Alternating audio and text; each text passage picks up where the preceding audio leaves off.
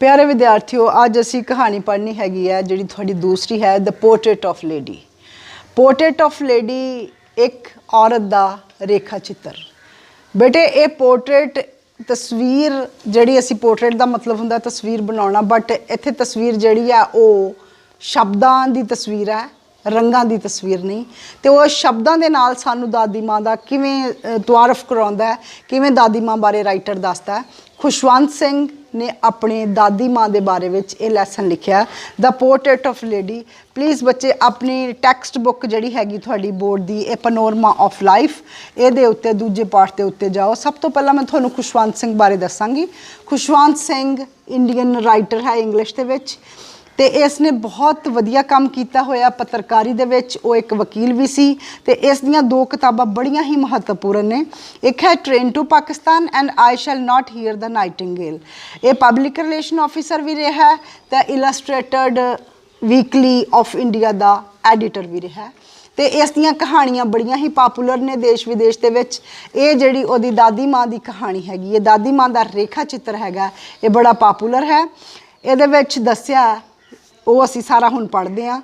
My grandmother like everybody's grandmother was an old women. कहना ये नहीं मेरी दादी माँ उन्होंने लोगों नालों डिफरेंट सी, मेरी दादी माँ उवें ही बुढ़ी औरत सी जिवें सब दियां दादी माँ बजुर्ग होंदियां ने। She had been old and wrinkled for 20 years. पिछले 20 सालों तो मैं देखदा उवें ही वो बुढ़ी है तो उवें ही उहदे झुरड़ियां पईयां होईयां ने।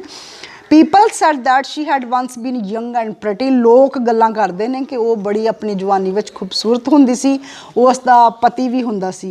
But that was hard to believe, पर मैनू यकीन नहीं आउंदा। My grandfather's portrait hung above the mantelpiece in the drawing room. कहंदा बैठक दे विच मेरे दादा जी की फोटो लगी हुई है। ही वोर अ बिग टर्बन। मेरे दादा जी ने वड्डी सारी पग बन्नी हुई है, लूज फिटिंग क्लोथ्स पाए हुए ने, खुले खुले कपड़े पाए हुए ने। His long white beard cover the best part of his chest. उसकी छाती का बहुत वड्डा हिस्सा तो दाढ़ी नाल ही ढकिया होया। तो वो किवें दा लगदा है? At least 100 years old. वो 100 साल का बुढ़ा लगता मेरा दादा जी। He did not look a sort of person who would have a wife of children. कदे नहीं मैनू उन्होंने देख के लग्या कि ये कोई बच्चे होणगे जां ये लगता कि पोते पोतियां ही होणगी, इन्ना बुढ़ा लगता है। As for my grandmother being young and pretty, जिथों तक मेरी दादी माँ के जवान ते प्यारे होने का सवाल है, the thought was almost revolting. कहता ये भी गल मैनू कुछ हजम नहीं होंदी। She often told us that the games she used to play as a child. वो दसदी है कि जो छोटी हुंदी सी मैं बड़ियां खेडां खेडदी हुंदी सी। That seem quite absurd. Absurd हुंदा बेतुकियां गल्लां, मैनू बड़ियां बेतुकियां गल्लां करदियां लगदियां। And undignified on her part and we treated it like the fables of prophets he use to tell us. कहंदा जिवें सानू पुरानियां पैगंबरां दीयां कहानियां दसदी है ना, सानू लगदा ये भी कोई कहानी का हिस्सा है। दादी माँ किते इदां दी होनी है, दादी माँ तो इवें दी सी जिद्दां दी हुण है। हुण अगे उहदी प्रैजेंट जिहड़ी उहदी वो दादी माँ जो पास्ट दसदी सी वो दस्सिया अगले पैसेज दे विच दसदा। She had always been short fat and slightly bent. उहदा कद छोटा सी ते वो झुकी हुई सी, मतलब वो कुब पिया होया सी। Her face was crisscross of wrinkles running from everywhere to everywhere. वो मूँह ते झुरड़ियां हर पासे पईयां होईयां सन। No we were certain she had always been as had known her old. She was terribly old that she could not have grown older and had stayed at the same age for 20 years. 20 सालों तो इन्नी बुढ़ी लग रही सी। There was no change over her for the last 20 years. She could never been pretty but she was always beautiful. दादियां सारियां नूं प्यारियां होंदियां ने। इस तरीके नाल कहंदा ये तो मैनूं पता नहीं कि वो प्रिटी सी या नहीं, बट वो खूबसूरत बहुत सी, क्योंकि दादियां दी जिहड़ी इनर ब्यूटी हैगी है, the attachment with grandsons and granddaughters, that is different. She hobbled about the house in spotless white, one hand resting on her the waist to balance the stoop. तुसी imagine कर सकते हो, हॉबल हुंदा तुरी फिरदी सी। वो घर दे विच किवें तुरी फिरदी सी? चिट्टे दुध कपड़े पाए होंदे सी, एक हत्थ उन्हें अपने लक ते रखिया हुंदा सी अपने कुब नूं बैलेंस करन दे लई, अपना समतोल बनाउण दे लई।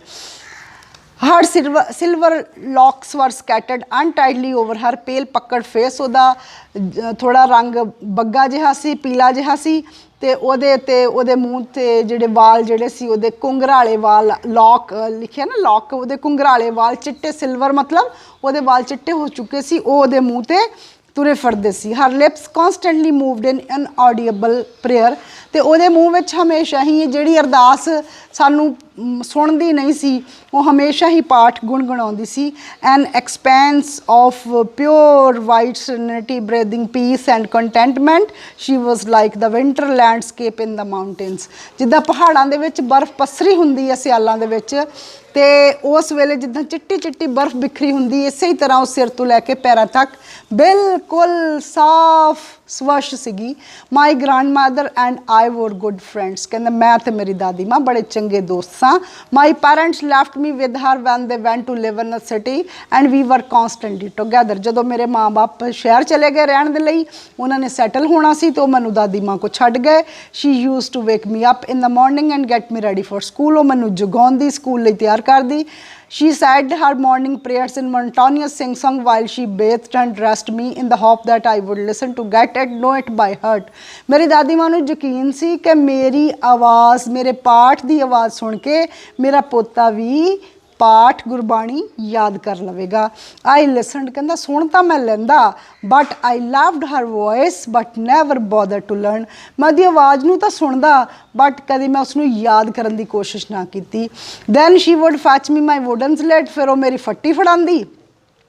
And she has already washed and plastered with yellow chalk, ਜਿਹਨੂੰ ਕਿ ਉਹਨੇ ਪੀਲੀ ਮਿੱਟੀ ਦੇ ਨਾਲ ਲਿਪਿਆ ਹੁੰਦਾ ਸੀ। ਇੱਕ ਛੋਟੀ ਜਿਹੀ ਦੁਆਤ ਫੜਾਉਂਦੀ, ਇੱਕ ਮੈਨੂੰ ਕਾਨੇ ਦਾ ਪੈਨ ਕਲਮ ਫੜਾ ਦਿੰਦੀ, ਅਤੇ ਸਾਰਾ ਇਹ ਬੰਡਲ ਮੈਂ ਇਕੱਠਾ ਕਰ ਲੈਂਦਾ। ਤੇ ਫਿਰ ਮੈਂ ਕਹਿੰਦਾ ਕਿ ਬ੍ਰੈਕਫਾਸਟ ਕਾਹਦਾ ਕਰਦਾ, ਇੱਥੇ chapati with little butter and sugar spread. ਇੱਕ ਮੋਟੀ ਸਾਰੀ ਰੋਟੀ ਹੁੰਦੀ ਬੇਹੀ, ਉਹਦੇ ਵਿੱਚ ਮੈਂ ਉੱਤੇ ਥੋੜ੍ਹੀ ਜਿਹੀ ਖੰਡ ਬਰੂਦ ਲੈਂਦਾ, ਥੋੜ੍ਹਾ ਜਿਹਾ ਮੱਖਣ ਪਾ ਦਿੰਦੀ ਮੈਨੂੰ। ਵੀ ਵੈਂਟ ਟੂ ਸਕੂਲ, ਅਸੀਂ ਸਕੂਲੇ ਚਲੇ ਜਾਂਦੇ। We carried several stale chapatis with her for the village dog, ਅਤੇ ਉਹ ਆਪਣੇ ਨਾਲ ਕਈ ਬਹੀਆਂ ਰੋਟੀਆਂ ਲੈ ਲੈਂਦੀ ਤਾਂ ਕਿ ਉਹ ਰਾਹ ਵਿੱਚ ਆਉਂਦੇ ਜਿਹੜੇ ਕੁੱਤੇ ਨੇ ਉਹਨਾਂ ਨੂੰ ਰੋਟੀ ਖਿਲਾ ਸਕੇ। My grandmother always went to school with me because the school was attach to the temple, ਅਤੇ ਮੇਰੇ ਜਿਹੜੇ ਗੁਰਦੁਆਰੇ ਵਿੱਚ ਹੀ ਕਲਾਸਾਂ ਲੱਗਦੀਆਂ ਹੁੰਦੀਆਂ ਸੀ, ਨਾਲ ਹੀ ਉੱਥੇ ਹੀ ਪੜ੍ਹਾਈ ਹੁੰਦੀ ਸੀ। ਅਤੇ priest taught us alphabets and morning prayer, ਸਾਨੂੰ ਸਵੇਰ ਦਾ ਪਾਠ ਅਤੇ ਸਵੇਰ ਦੀ ਜਿਹੜੀ ਸੀ ਅਰਦਾਸ ਉਹ ਸਿਖਾ ਦਿੰਦਾ।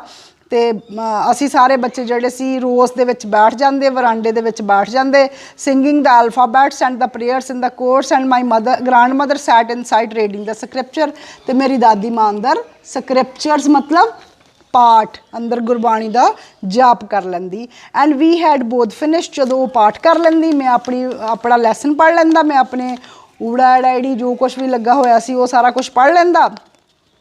Then we walk back together. This time village dog would meet us at the temple door. They followed us to the home growling and fighting with each other for the chapatis we throw at them। ਅਸੀਂ ਜਿਹੜੀਆਂ ਰੋਟੀਆਂ ਕੁੱਤਿਆਂ ਨੂੰ ਪਾਉਣੀਆਂ ਸੀ ਉਹਦੇ ਪਾਉਣ ਕਰਕੇ ਉਹ ਆਪਸ ਵਿੱਚ ਲੜਦੇ, ਇੱਕ ਦੂਜੇ ਨੂੰ ਗੁਰਗਰਾਉਂਦੇ, ਤਾਂ ਫਿਰ ਅਸੀਂ ਘਰ ਨੂੰ ਤੁਰ ਪੈਂਦੇ। One my parents settled comfortably in the city. ਗੱਲ ਕੀ ਹੋਈ ਅੱਗੇ ਆ ਕੇ, ਹੁਣ ਟਰਨਿੰਗ ਪੁਆਇੰਟ ਆ ਗਿਆ ਕਿ ਉਹਦੇ ਮਾਂ ਬਾਪ ਸ਼ਹਿਰ ਵਿੱਚ ਅੱਛੀ ਤਰ੍ਹਾਂ ਨਾਲ ਸੈਟਲ ਹੋ ਜਾਂਦੇ ਨੇ। This was turning point of their friendship. ਅੱਗੇ ਉਹ ਕੀ ਹੁੰਦਾ ਕਿ ਹੁਣ ਉਹ ਉੱਥੇ ਚਲੇ ਜਾਂਦੇ ਨੇ। ਆਲਦੋ ਸਾਡਾ ਕਮਰਾ ਤੇ ਕਹਿੰਦਾ ਭਾਵੇਂ ਇੱਕ ਸੀ, although we share the same room, grandmother no longer come to school with me. ਹੁਣ ਦਾਦੀ ਮੈਨੂੰ ਸਕੂਲ ਛੱਡਣ ਨਹੀਂ ਜਾਂਦੀ ਸੀ। I use to go to English school on a motor bus. ਮੈਂ ਇੱਕ ਮੋਟਰ ਗੱਡੀ ਦੇ ਉੱਤੇ ਸਕੂਲ ਨੂੰ ਜਾਂਦਾ ਸਾਂ। There were no dogs in the streets, ਹੁਣ ਰਾਹ ਵਿੱਚ ਕੁੱਤੇ ਨਹੀਂ ਹੁੰਦੇ ਸੀ। ਸ਼ੀ ਟੁੱਕ ਟੂ ਫੀਡਿੰਗ, ਹੁਣ ਉਹਦਾ ਵੇ ਡਿਫਰੈਂਟ ਹੋ ਗਿਆ। ਕੀ ਵੇ ਡਿਫਰੈਂਟ ਹੋ ਗਿਆ? She use to sparrows in the courtyard of our city house. ਉਹ ਚਿੜੀਆਂ ਨੂੰ ਛੋਟੇ ਛੋਟੇ ਟੁਕੜੇ ਕਰਕੇ ਰੋਟੀ ਖਿਲਾਉਣ ਲੱਗ ਗਈ। ਐਜ਼ ਦਾ ਈਅਰਸ ਰੋਲਡ ਬਾਏ, ਇਸ ਤਰ੍ਹਾਂ ਸਮਾਂ ਬੀਤਦਾ ਗਿਆ। ਵੀ ਸਾ ਲੈਸ ਆਫ ਈਚ ਅਦਰ, ਸਾਡਾ ਇੱਕ ਦੂਜੇ ਨਾਲ ਮੇਲ ਜੋਲ ਬਹੁਤ ਘੱਟ ਹੋ ਗਿਆ। For some time she continued to wake me up and get me ready for school. ਕਈ ਵਾਰੀ ਉਹ ਮੈਨੂੰ ਜਗਾਉਂਦੀ, ਸਕੂਲ ਲਈ ਤਿਆਰ ਕਰਦੀ। When I came back she would ask me what the teacher had taught me. ਜਦੋਂ ਮੈਂ ਆਉਂਦਾ ਤੇ ਉਹ ਮੈਨੂੰ ਪੁੱਛਦੀ ਕਿ ਅਧਿਆਪਕ ਨੇ ਤੈਨੂੰ ਕੀ ਦੱਸਿਆ ਹੈ। ਮੈਂ ਉਹਨੂੰ ਦੱਸਦਾ ਕਿ ਮੈਨੂੰ law of gravity, Archimedes principle, the world being round. ਮੈਂ ਉਹਨੂੰ ਇੱਦਾਂ ਦਾ ਦੱਸਦਾ ਕਿ ਮੈਨੂੰ ਆਰਕੀਮੀਡੀਜ਼ ਦਾ ਨਿਯਮ ਪੜ੍ਹਾਇਆ ਹੈ, ਮੈਨੂੰ ਗੁਰੂਤਾ ਖਿੱਚ ਦਾ ਨਿਯਮ ਪੜ੍ਹਾਇਆ ਹੈ। ਦਿਸ ਮੇਡ ਹਰ ਅਨਹੈਪੀ, ਉਹ ਬੜੀ ਉਦਾਸ ਹੋ ਜਾਂਦੀ। She could not help me with my lesson, so ਮੇਰੇ ਪਾਠਾਂ 'ਚ ਤਾਂ ਮੇਰੀ ਪੜ੍ਹਨ ਵਿੱਚ ਤਾਂ ਪੜ੍ਹਾਈ 'ਚ ਮਦਦ ਨਹੀਂ ਕਰ ਸਕਦੀ ਸੀ। She did not believe in the things they taught at the English school and was distressed. that there were no teaching about God and scripture। ਸਾਨੂੰ ਬੜਾ ਦੁੱਖ ਲੱਗਦਾ ਕਿ ਸਕੂਲਾਂ ਵਿੱਚ ਨਾ ਤਾਂ ਰੱਬ ਬਾਰੇ ਕੁਝ ਦੱਸਦੇ ਨੇ ਨਾ ਗੁਰਬਾਣੀ ਬਾਰੇ ਕੁਝ ਦੱਸਦੇ ਨੇ। one day I announced that I was being given music lesson। ਇੱਕ ਦਿਨ ਮੈਂ ਜਾ ਕੇ ਦੱਸਿਆ ਕਿ ਅੱਜ ਤਾਂ ਸਾਨੂੰ ਸੰਗੀਤ ਦੀ ਪੜ੍ਹਾਇਆ ਗਿਆ। she was very disturbed। to her music had lewd association। ਉਹ ਸੋਚਦੀ ਸੀ ਕਿ ਇਹ ਤਾਂ ਬੜੀ ਗੰਦੀ ਚੀਜ਼ ਹੈ। ਉਹ ਕਹਿੰਦੀ ਸੀ ਕਿ ਇਹਨਾਂ ਉੱਤੇ ਏਕਾਧਿਕਾਰ ਮੋਨੋਪਲੀ ਸ਼ਬਦ ਹੈ ਇੱਥੇ ਤੁਹਾਡੀ ਕਿਤਾਬ ਦੇ ਵਿੱਚ, ਮੋਨੋਪਲੀ ਆਫ ਹੈਰਲੌਟਸ ਐਂਡ ਬੈਗਰਸ। ਇਹ ਜਿਹੜੇ ਨੇ ਭਿਖਾਰੀ ਜਾਂ ਜਿਹੜੀਆਂ ਵੇਸਵਾਵਾਂ ਨੇ ਇਹ ਤਾਂ ਉਹਨਾਂ ਦਾ ਸੰਗੀਤ ਹੈਗਾ ਆ। This is not the music of gentle folk. ਇਹ ਜੈਂਟਲ ਲੋਕਾਂ ਦੀ ਗੱਲ ਨਹੀਂ ਕਰਦਾ ਹੈਗਾ। she said nothing but her silence meant disapproval। she rarely talked to me after that। ਹੁਣ ਉਹ ਉਦਾਸ ਹੋ ਗਈ ਤੇ ਹੁਣ ਉਹ ਘੱਟ ਵੱਧ ਹੀ ਗੱਲ ਕਰਦੀ ਸੀ ਮੇਰੇ ਨਾਲ।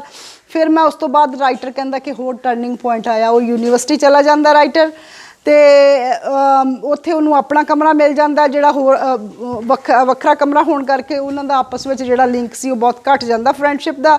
ਤੇ ਦਾਦੀ ਮਾਂ ਨੇ ਵੀ ਆਪਣੀ ਸੈਕਲੂਸ਼ਨ, ਇੱਥੇ ਸੈਕਲੂਸ਼ਨ ਵਰਡ ਹੈ ਤੁਹਾਡੀ ਕਿਤਾਬ ਦੇ ਵਿੱਚ, ਇਕੱਲੇਪਨ ਰਹਿਣਾ ਉਹਨੇ ਰਹਿਣ ਦੀ ਉਹ ਆਦੀ ਹੋ ਗਈ। She rarely left her spinning wheel to talk anyone. ਹੁਣ ਉਹਨੇ ਚਰਖਾ, ਸਪਿਨਿੰਗ ਵੀਲ ਹੁੰਦਾ ਚਰਖਾ, ਉਹਨੇ ਆਪਣਾ ਚਰਖੇ ਤੇ ਕੰਮ ਕਰਨਾ ਸ਼ੁਰੂ ਕਰ ਦਿੱਤਾ, ਚਰਖਾ ਚਲਾਉਣਾ ਸ਼ੁਰੂ ਕਰ ਦਿੱਤਾ ਤੇ ਹੁਣ ਉਹ ਕਿਸੇ ਨਾਲ ਗੱਲ ਘੱਟ ਵੱਧ ਕਰਦੀ ਸੀ। From sunrise to sunset she sat by her spinning wheel and reciting prayers. ਉਹ ਪਾਠ ਕਰਦੀ ਰਹਿੰਦੀ, ਚਰਖਾ ਚਲਾਉਂਦੀ ਰਹਿੰਦੀ। Only in the afternoon she relaxed for a while to feed sparrows. ਤੇ ਸ਼ਾਮ ਨੂੰ ਉਹ ਚਿੜੀਆਂ ਨੂੰ ਭੋਜਨ ਖਿਲਾਉਣ ਦੇ ਲਈ ਆਪਣਾ ਜਿਹੜਾ ਸੀ ਥੋੜ੍ਹਾ ਜਿਹਾ ਸਮਾਂ ਕੱਢ ਲੈਂਦੀ। ਵਾਈਲ ਸ਼ੀ ਸੈਟ ਇਨ ਦਾ ਵਰਾਂਡਾ ਬ੍ਰੇਕਿੰਗ ਦਾ ਬ੍ਰੈਡਸ ਇਨਟੂ ਲਿਟਲ ਬਿਟਸ। ਛੋਟੇ ਛੋਟੇ ਬਰਾਂਡੇ 'ਚ ਬਹਿ ਕੇ ਟੁਕੜੇ ਰੋਟੀਆਂ ਦੇ ਕਰਦੀ ਰਹਿੰਦੀ। Hundreds of little birds collected round her. ਉਹਦੇ ਆਲੇ ਦੁਆਲੇ ਕਈ ਲੋਕ ਇਕੱਠੇ ਹੋ ਜਾਂਦੇ, ਕਈ ਚਿੜੀਆਂ ਜਿਹੜੀਆਂ ਸੀ ਉਹ ਇਕੱਠੀਆਂ ਹੋ ਜਾਂਦੀਆਂ। Creating a veritable bedlam of chirping. ਕਹਿੰਦਾ ਪਾਗਲਾਂ ਦੀ ਤਰ੍ਹਾਂ ਚੀਕਾਂ ਮਾਰਦੀਆਂ ਚਿੜੀਆਂ, ਇੰਨਾ ਉਹਨੂੰ ਪਿਆਰ ਕਰਦੀਆਂ ਸੀ ਕਿ ਸਪੈਰੋਜ਼ ਨੂੰ ਇਹ ਨਹੀਂ ਸੀ ਪਤਾ ਲੱਗਦਾ ਕਿ ਉਹ ਇੱਕ ਨੈਚੁਰਲ ਸਰੈਂਡਿੰਗ 'ਚ ਬੈਠੀਆਂ ਹੋਈਆਂ ਕਿ ਘਰ ਵਿੱਚ ਬੈਠੀਆਂ ਹੋਈਆਂ ਨੇ। There was a big friendship between the sparrows and grandmother. Some came and perched on her legs. ਕੁਛ ਤਾਂ ਉਹਦੇ ਲੱਤਾਂ 'ਚ ਵੜ ਜਾਂਦੀਆਂ, ਕੁਛ ਉਹਦੇ ਮੋਢਿਆਂ ਸ਼ੋਲਡਰਸ 'ਤੇ ਬੈਠ ਜਾਂਦੀਆਂ। Some even sat on her head. ਕੁਛ ਉਹਦੇ ਸਿਰ 'ਤੇ ਬੈਠ ਜਾਂਦੀਆਂ ਸੀ। Smiled but never shooed them away. ਉਹ ਮੁਸਕਰਾਉਂਦੀ ਰਹਿੰਦੀ ਪਰ ਉਹਨਾਂ ਨੂੰ ਕਦੇ ਉਡਾਉਂਦੀ ਨਾ। It was used to be the happiest half hour of the day for her. ਇਹ ਉਹਦੀ ਦਿਨ ਰੋਜ਼ਮਰਾ ਦੀ ਜ਼ਿੰਦਗੀ ਵਿੱਚ ਸਭ ਤੋਂ ਜਿਹੜਾ ਵਧੀਆ ਜਿਹੜਾ ਸੀਗਾ ਉਹ ਅੱਧਾ ਘੰਟਾ ਹੁੰਦਾ। When I decided to go abroad for further studies. ਲੇਖਕ ਕਹਿੰਦਾ ਮੈਂ ਫੈਸਲਾ ਕੀਤਾ ਕਿ ਹੁਣ ਮੈਂ ਬਾਹਰ ਜਾ ਕੇ ਵਿਦੇਸ਼ 'ਚ ਪੜ੍ਹਾਂਗਾ। ਤੇ ਮੈਂ ਬੜਾ ਅਪਸੈਟ ਸੀ। ਮੈਂ ਇਸ ਕਰਕੇ ਅਪਸੈਟ ਸੀ ਕਿ ਮੇਰੀ ਬੜੀ ਸੈਂਟੀਮੈਂਟਲ ਅਟੈਚਮੈਂਟ ਹੈ ਆਪਣੀ ਦਾਦੀ ਮਾਂ ਦੇ ਨਾਲ। ਜਦੋਂ ਮੈਂ ਆਵਾਂਗਾ ਪਤਾ ਨਹੀਂ ਇਹ ਰਹੇਗੀ ਕਿ ਨਹੀਂ ਰਹੇਗੀ, ਕਿ ਖਤਮ ਹੋ ਜਾਏਗੀ। ਦਾਦੀ ਮਾਂ ਕਹਿੰਦਾ ਮੈਨੂੰ ਛੱਡਣ ਗਈ, ਜਦੋਂ ਮੈਨੂੰ ਛੱਡਣ ਗਈ her lips moved in prayer. ਉਦੋਂ ਵੀ ਉਹਦੇ ਜਿਹੜੇ ਬੁੱਲ ਸੀ ਉਹ ਹਿੱਲ ਰਹੇ ਸੀ। Her mind was lost in prayer. Her fingers were busy telling the beads of rosary. Rosary ਹੁੰਦੀ ਮਾਲਾ, ਟੈਲਿੰਗ ਦ ਬੀਡਸ ਮਾਲਾ ਦੇ ਮਣਕੇ ਫੇਰਨਾ। ਸਾਈਲੈਂਟਲੀ ਸੀ ਕਿਸਡ ਮਾਈ ਫੋਰਹੈਡ। ਉਹਨੇ ਮੇਰੇ ਮੱਥੇ ਨੂੰ ਚੁੰਮਿਆ। ਵੈਨ ਆਈ ਲੈਫਟ ਕਹਿੰਦਾ ਫਿਰ ਮੈਨੂੰ ਕਈ ਦੇਰ ਤੱਕ ਉਹਦਾ ਜਿਹੜਾ ਮੈਨੂੰ ਚੁੰਮਿਆ ਸੀ ਮੈਂ ਉਹਨੂੰ ਮਹਿਸੂਸ ਕਰਦਾ ਰਿਹਾ। ਇਹ ਮੈਂ ਸੋਚਿਆ ਕਿ ਸ਼ਾਇਦ ਇਹ ਇੱਕ ਲਾਸਟ ਸਾਡੀ ਮਿਲਣੀ ਸੀ, ਇੱਕ ਲਾਸਟ ਫਿਜ਼ੀਕਲ ਕੰਟੈਕਟ ਸੀ ਮੇਰੀ ਦਾਦੀ ਮਾਂ ਤੇ ਮੇਰੇ ਵਿਚਕਾਰ। ਬਟ ਦੈਟ ਵਾਜ਼ ਨਾਟ ਸੋ। ਕਹਿੰਦਾ ਇੱਦਾਂ ਨਹੀਂ ਹੋਇਆ। ਜਦੋਂ ਮੈਂ 5 ਸਾਲਾਂ ਬਾਅਦ ਆਇਆ, ਤੁਹਾਡੇ ਜਦੋਂ ਜਨਰਲ ਕੁਐਸਚਨਸ ਆਉਣੇ ਨੇ ਉਹਦੇ ਵਿੱਚ ਆਉਣਾ ਕਿ ਕਿੰਨੇ ਸਾਲਾਂ ਬਾਅਦ ਰਾਈਟਰ ਵਾਪਸ ਆਉਂਦਾ। ਜਦੋਂ ਮੈਂ 5 ਸਾਲਾਂ ਬਾਅਦ ਆਇਆ ਤੇ ਉਹ ਮੈਨੂੰ ਸਟੇਸ਼ਨ 'ਤੇ ਲੈਣ ਗਈ। ਸ਼ੀ ਹੈਡ ਨਾਟ ਲੋਕੇ ਡੇ ਓਲਡਰ। ਕਹਿੰਦਾ ਉੱਦਾਂ ਦੀ ਲੱਗਦੀ ਸੀ ਜਿੱਦਾਂ ਦੀ 20-25 ਸਾਲ ਪਹਿਲਾਂ ਦੀ ਲੱਗਦੀ ਸੀ। She still had no time for words. ਹੁਣ ਵੀ ਉਹ ਬੋਲੀ ਨਹੀਂ ਤੇ ਉਹਨੇ ਮੈਨੂੰ ਜੱਫੀ ਪਾਈ। Clasped me in her arms. I could hear the reciting prayers. ਹੁਣ ਵੀ ਉਹ ਪਾਠ ਕਰ ਰਹੀ ਸੀ। Even on the first day of my arrival the her happiest moments were with her sparrows. ਕਹਿੰਦਾ ਉਹਦੀ ਖੁਸ਼ੀ ਦੇ ਪਲ ਫਿਰ ਉਹ ਚਿੜੀਆਂ ਦੇ ਨਾਲ ਸੀ। She fed longer and with frivolous rebukes. ਤੇ ਉਹਨਾਂ ਨੂੰ ਹਲਕੀਆਂ ਹਲਕੀਆਂ ਉਹ ਝਿੜਕਾਂ ਮਾਰ ਰਹੀ ਸੀ। ਰੈਬਿਊਕਸ ਝਿੜਕਾਂ, ਫਰਾਈਵੁਲਸ ਹਲਕੀਆਂ ਹਲਕੀਆਂ ਚਿੜੀਆਂ ਨੂੰ। In the evening a change came over her. ਕਹਿੰਦਾ ਸ਼ਾਮ ਨੂੰ ਬੜੀ ਇੱਕ ਚੇਂਜ ਆਈ। She did not pray. ਅੱਜ ਉਹਨੇ ਪਾਠ ਨਹੀਂ ਕੀਤਾ। She collected the women of neighbourhood. ਉਹਨੇ ਆਂਢ ਗੁਆਂਢ ਦੀਆਂ ਔਰਤਾਂ ਨੂੰ ਸੱਦਿਆ। Got an old drum. ਇੱਕ ਪੁਰਾਣੀ ਜਿਹੀ ਢੋਲਕੀ ਲੈ ਲਈ। Started to sing. ਤੇ ਗਾਉਣਾ ਸ਼ੁਰੂ ਕਰ ਦਿੱਤਾ। For several hours she thumped and sagging skins of the dilapidated drum and sang of the homecoming of the warriors। ਉਹਨੇ ਗੀਤ ਕੀ ਗਾਏ ਕਿ ਲੜਾਈ ਉੱਤੇ ਗਏ ਹੋਏ ਜਿਹੜੇ ਨੇ ਨਾ ਸਿਪਾਹੀ ਉਹ ਘਰਾਂ ਨੂੰ ਆ ਜਾਣ।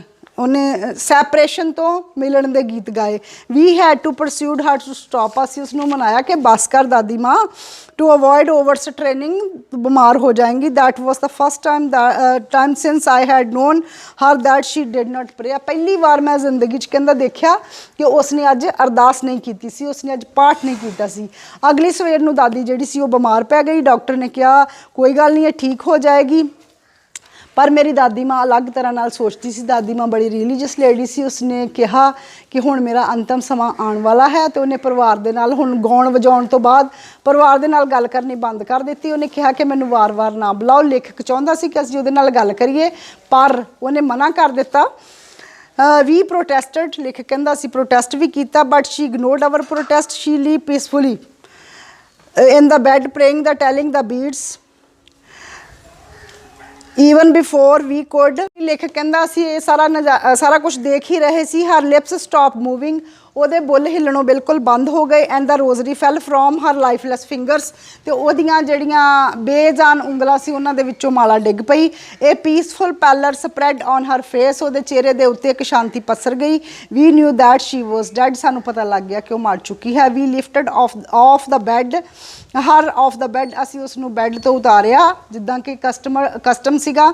And laid her on the ground, ਉਸ ਨੂੰ ਜ਼ਮੀਨ ਉੱਤੇ ਪਾ ਦਿੱਤਾ। Covered her with red shroud, ਉੱਤੇ ਲਾਲ ਕੱਪੜਾ ਪਾ ਦਿੱਤਾ, ਕਫਨ ਪਾ ਦਿੱਤਾ। After a few hours of mourning, ਅਸੀਂ ਬੜਾ ਗਮ ਕੀਤਾ ਕੁਛ ਘੰਟੇ। We left her alone to make arrangement for her funeral, ਹੁਣ ਅਸੀਂ ਉਹਦਾ ਜਿਹੜਾ ਸੀ ਨਾ ਦਾਹ ਸੰਸਕਾਰ ਕਰਨ ਦੀ ਤਿਆਰੀ ਦੇ ਲਈ ਪ੍ਰਬੰਧ ਕਰਨ ਲੱਗੇ।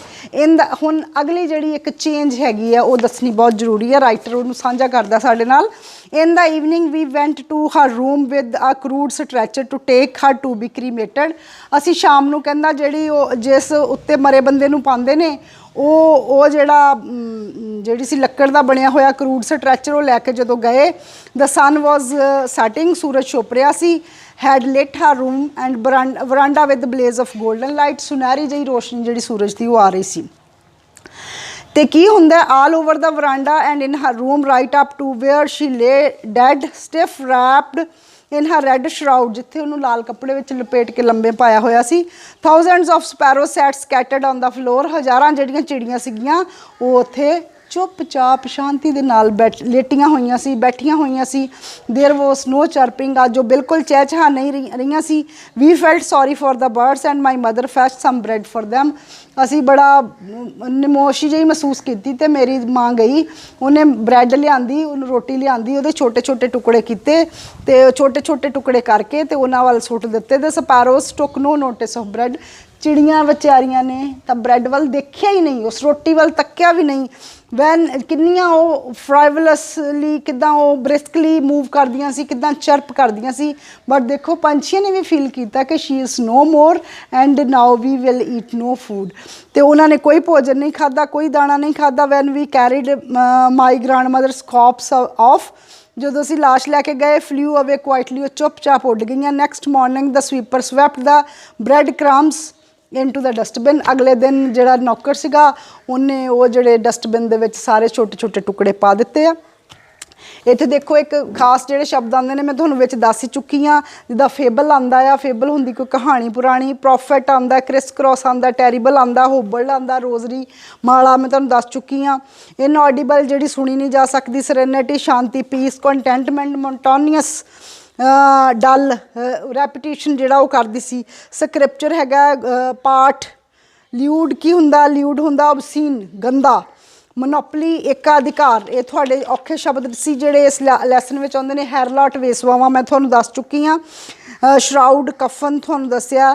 ਤੇ ਇਵੇਂ ਵਿੱਚ ਵੈਰੀਟੇਬਲ ਕੀ ਹੁੰਦਾ, ਰੀਅਲ। ਬੈਡਲੈਮ ਹੁੰਦਾ ਕਿ ਬਹੁਤ ਜ਼ਿਆਦਾ ਕਨਫਿਊਜ਼ਨ, ਬਹੁਤ ਜ਼ਿਆਦਾ ਨੋਇਸ ਕਰਨੀ। ਦਾਦੀ ਮਾਂ ਦਾ ਕੈਰੈਕਟਰ ਸਾ ਪਹਿਲਾ ਕੁਐਸਚਨ ਹੈ ਕਿ whose portrait hung above the mantelpiece in the drawing room, drawing room ਵਿੱਚ ਕਿਹਦੀ ਤਸਵੀਰ ਲੱਗੀ ਹੋਈ ਸੀ, ਦਾਦਾ ਜੀ ਦੀ। What according to the author was absurd and undignified on the grandmother spite, ਉਹ ਕੀ ਅਨਡਿਗਨੀਫਾਈਡ ਹੈ, music. why did she say her prayer in the monotonous sing song? She thinks that my grand son will learn all prayers. What did they have for breakfast? Stale chapatis, ਉਹਨਾਂ ਕੋ ਬਈਆਂ ਰੋਟੀਆਂ ਸੀ। Why did grandmother always go to school with author? Because he was a little kid. The children in the village school were taught the alphabets. Did grandmother know the alphabet? Yes, because she do read scriptures. How did they feed the village dogs while returning home? They threw away stale chapatis. That was turning point of our friendship. ਇਹਦਾ answer ਇਹ ਹੈਗਾ ਜਦੋਂ ਸ਼ਹਿਰ ਵਿੱਚ ਚਲੇ ਜਾਂਦੇ ਨੇ when they went to Delhi. How did the author go to school in city by motor bus? Why did grandmother unhappy about the school education at city? Because there was science, there was music, there were other subjects, there was no holy books for students. Why did she feel disturbed when the author announced that they were being given music lessons at school? She thinks it's monopoly of her lots. ਇਹ ਵੇਸਵਾਵਾਂ ਤੇ ਬੈਗਰਸ ਦੀ monopoly ਹੈ, ਆਮ ਬੰਦਿਆਂ ਨੂੰ, ਚੰਗੇ ਨੇਕ ਬੰਦਿਆਂ ਨੂੰ ਇਹ ਨਹੀਂ ਗਾਉਣਾ ਚਾਹੀਦਾ. When was the common link of friendship being author and his grandmother broken? It was broken when he went away to university, because then the writer has a different room. What did grandmother do from sunrise to sunset? She do work on spinning wheel. What took the place of village dog in grandmother's life in the city? The sparrows. What could have been cause of grandmother's falling ill? Overstraining. How did sparrows show they had not come for bread when they ate no bread? These were your 16th questions. I think you can follow this lesson well. Thank you very much.